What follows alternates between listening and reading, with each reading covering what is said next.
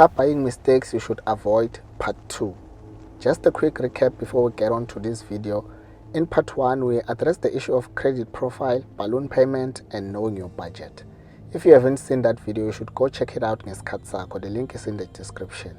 This is not part 2 of the 200,000 rands car journey, because you guys like acting confused. That's a different series. The first issue we're gonna look at in this video is value-added services and dealer-fitted extras. Most dealerships can't just let you buy a plain car and go home in peace. They'll always try to milk every single cent they can get out of you, then you can go. When you go to a dealership to buy a car, they'll take you to some office or a cubicle, and once they take you to that office, you are done to be finished if you don't know what you're doing.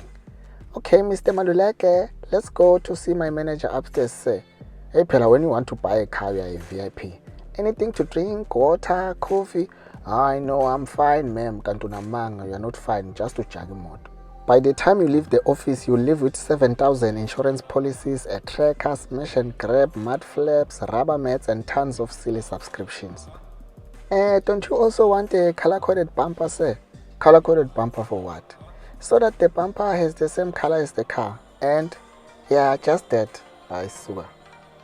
When I bought my Polo Vivo, I was kind of clueless, and I ended up signing up for some silly tire and rim pothole damage policy that I didn't really understand, and a Netstar tracker I didn't really need. The crazy part is that the cost of the tire and rim policy was added to my car loan installment. Look, dealerships will always try to sell you all sorts of unnecessary extra stuff after buying a car. So, sir, don't you also need scratch and dent policy? Scratch and dent policy for what? I'm not saying scratch and dent policy is useless for everyone, but I love my car with scratches because they add character to the car. One thing you should make sure you get for your car is a service plan or a maintenance plan, because paying for service out of your pocket is very expensive, and I learned the hard way. A Polo Vivo doesn't come with a service plan as standard, so they tried to sell me a service plan and I said no. Instead, I took a tracker, smash and grab, and the silly tire rim insurance damage what. At 45,000 kilometers, I paid 2,300 for service. At 60,000 kilometers, I paid 4,060 rands, and over and above the 4,000, they also quoted me on some extra work that needed to be done on the car, and that was gonna cost an extra 7,845 rands. You're not gonna do those things on my car. My brakes are fine, but you're telling me about brakes. Yes, your brakes are fine, Mr. Sambo, but they only have a range. If I allowed them to do everything they wanted to do that day, I was gonna end up paying 12,000 rands to service a Polo Vivo. At 75,000 kilometers, I paid 4,522. Again, they wanted to do some extra work that was gonna cost an extra 10,800. The crazy part is that some of the things they wanted to do were really not necessary.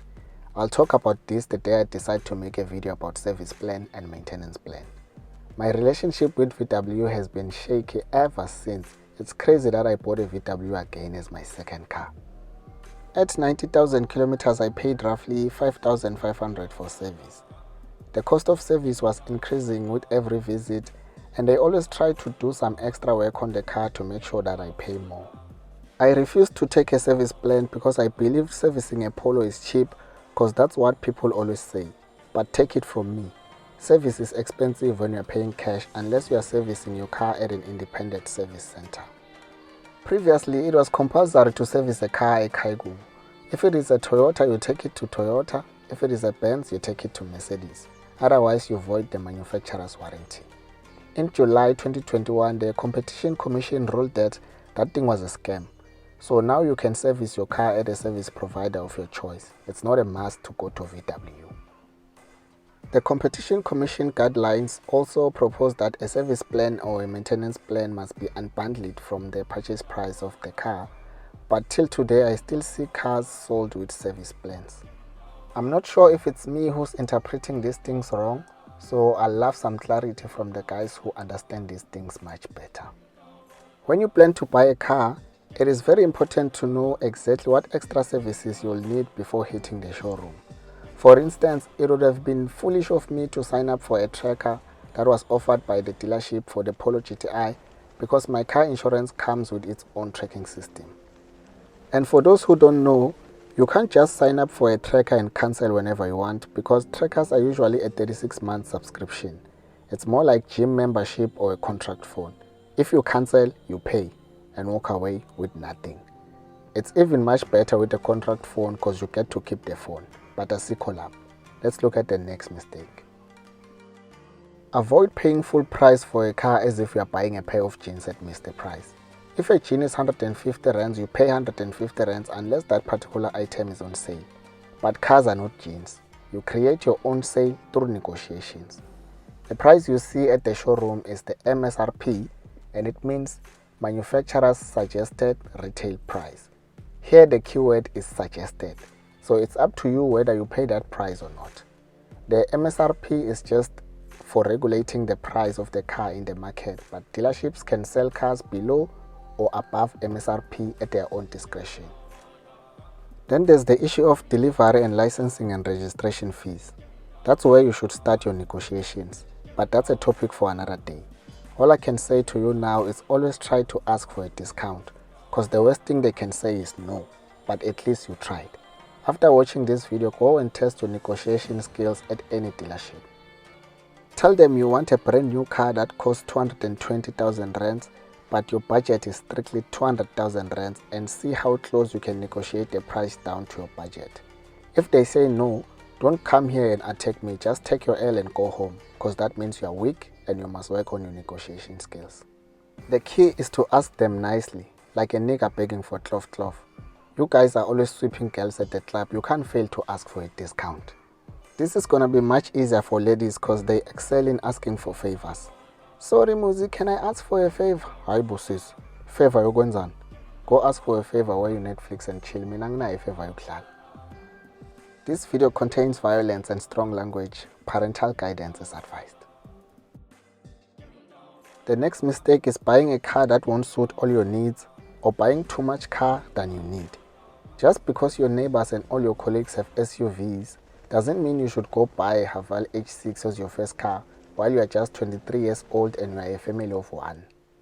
What's the point of buying a 4-wheel drive SUV as your first car if all you need a car for is driving to work and back in a suburb with good road infrastructure, and the only 4x4 thing you do is climbing pavements at the mall? Buying a big car than you need with small money is not beating the system. You are just beating yourself because petrol is 25 rands a litre. But I'm not here to tell people what to do with their money. Go ahead and buy a 7-seater SUV for a family of 2. We will meet at the filling station. The next big mistake is buying a car online or telephonical, especially if you are buying a used car. There are a lot of people who are buying cars telephonical out there, and the only time they get to see their car is during delivery. Like, how do you pay for something you've never seen? Nowadays, dealerships have a tendency of saying that they don't release your car until the funds reflect in their bank account, and once your money hits their account, trust me, you're gonna receive the worst treatment you've ever seen in your life. If you're planning to buy a used car, you must first inspect and test drive it more than once if possible. Never buy a used car over the phone. I know someone who bought a demo car telephonically, opted for dealer finance, and got a 90,000 rands balloon as a cherry on top. He only realized that he has a balloon when I pointed it out from his finance contract.